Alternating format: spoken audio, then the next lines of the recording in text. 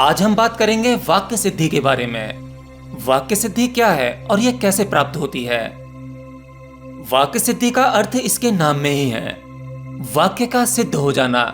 अर्थात जिस साधक को वाक्य सिद्धि प्राप्त हो जाती है, फिर वह अपने मुख से जो भी वाक्य बोलता है, जो भी वचन बोलता है, वह सच हो जाता है। बेसिकली एक साधक की वाक्य सिद्धि तब सिद्ध होती है जब उसका विशुद्धि चक्र सक्रिय हो जाता है। विशुद्धि चक्र जो हमारे कंठ पर होता है। ऐसा व्यक्ति अपनी तीव्र इच्छा के साथ जो भी बोलता है वो सत्य हो जाता है। वाक्य सिद्धि प्राप्त करने के कई तरीके हैं। इसे मंत्र उच्चारण से भी सिद्ध किया जा सकता है। कई बार ये किसी साधक को अपने आप ही प्राप्त हो जाती है, और कई बार तो ये भी देखा गया है कि कोई साधक लंबे समय से गहरी साधना में है, उसे ये सिद्धि प्राप्त हो जाती है पर उसे पता ही नहीं चलता। और जब उसे पता चलता है तो उसके सामने दो मार्ग होते हैं। एक, या तो वे सिद्धि का इस्तेमाल करने लगे और या तो इसे छोड़कर साधना में आगे बढ़ता चला जाए। और ऐसा भी नहीं है कि किसी सिद्धि को प्राप्त करने के लिए कोई विशेष योग अभ्यास हो या कोई विशेष मंत्र हो। हालांकि वो तो है ही, परंतु सिद्धियां हर मार्ग में प्राप्त हो सकती हैं। अब चाहे वो भक्ति मार्ग हो, योग मार्ग हो, ज्ञान मार्ग हो या फिर कर्म मार्ग हो।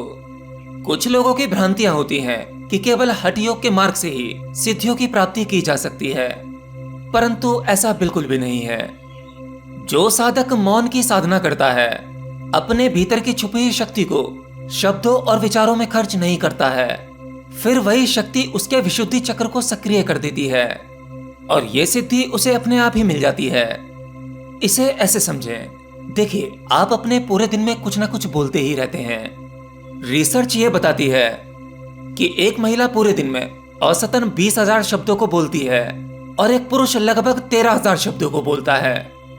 इससे कोई फर्क नहीं पड़ता कि महिला कितना बोलती है और पुरुष कितना बोलता है, लेकिन आप जितना भी बोलते हैं वो लगभग 99% व्यर्थ होता है।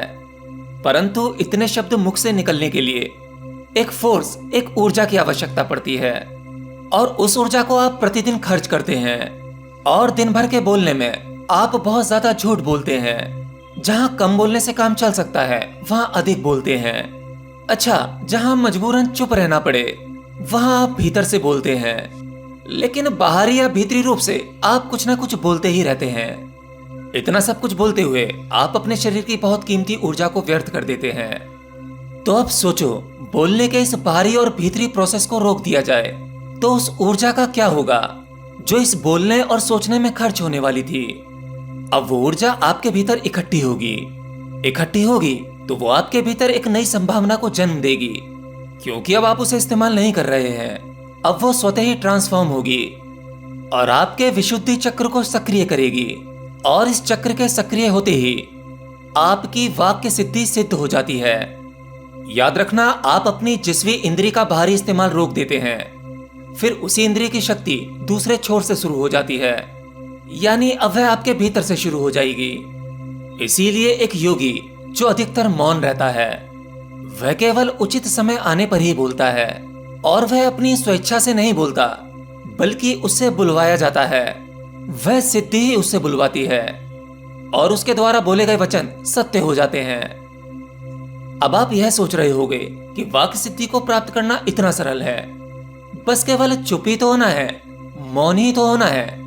तो पहली बात तो यह है कि मौन की साधना इतनी सरल नहीं है, यह एक लंबी साधना है।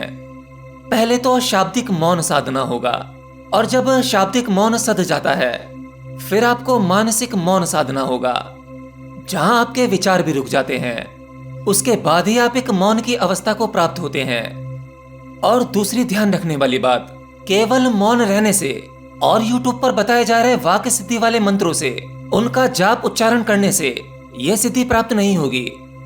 उसके लिए चाहिए आपके आचरण में शुद्धि, आपके शब्दों और विचारों में शुद्धि।